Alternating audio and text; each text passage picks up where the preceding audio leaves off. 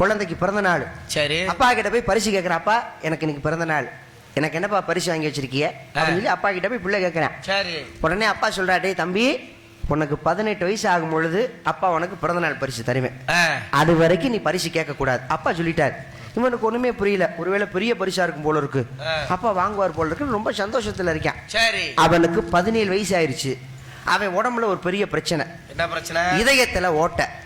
ஆஸ்பத்திரியில் டாக்டர் சொல்லிட்டாரு, உங்க பையனை காப்பாற்ற முடியாது, மிஞ்சி போனால் 4 மாசமோ 3 மாசமோ தான் உங்க பையன் உயிரோட இருப்பாரு, அதனால உங்க பையனுக்கு வேணுங்கிறத வாங்கி கொடுத்து அழகு பாருங்க, இதுக்கு மேல கடவுள் தான் காப்பாற்றணும் அப்படின்னு சொல்லி டாக்டர் சொல்லிட்டாரு. பையனுக்கு தெரிஞ்சு போச்சு நம்ம சாக போறோம்னு.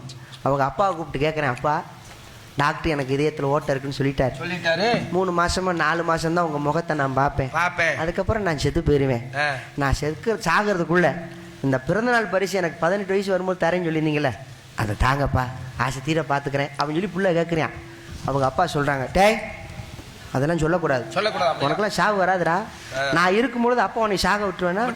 அப்பா உனக்கு என்னடா சொன்னேன், 18 வயசு ஆகும்பொழுது உனக்கு பிறந்தநாள் பரிசு தரேன் நான் சொல்லியிருக்கேன், சொன்ன வாக்க நான் காப்பாத்துவேன், நீ குணமா வீட்டுக்கு வாடா அப்படின்னு சொல்லி அப்பா போயிட்டார். 1 வருஷம் ஆச்சு. ஆஸ்பத்திரி ட்ரீட்மெண்ட் எடுத்து 1 வருஷம் கழிச்சு அவன் வீட்டுக்கு போறான்.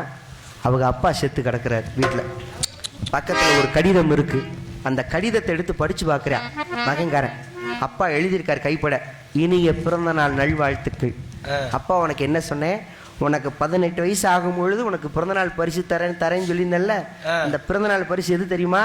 ஆசையா கேட்டேல்ல, அந்த பிறந்தநாள் பரிசு என் இதயத்தை தாண்டா உனக்கு பிறந்தநாள் பரிசா கொடுத்துருக்கேன்.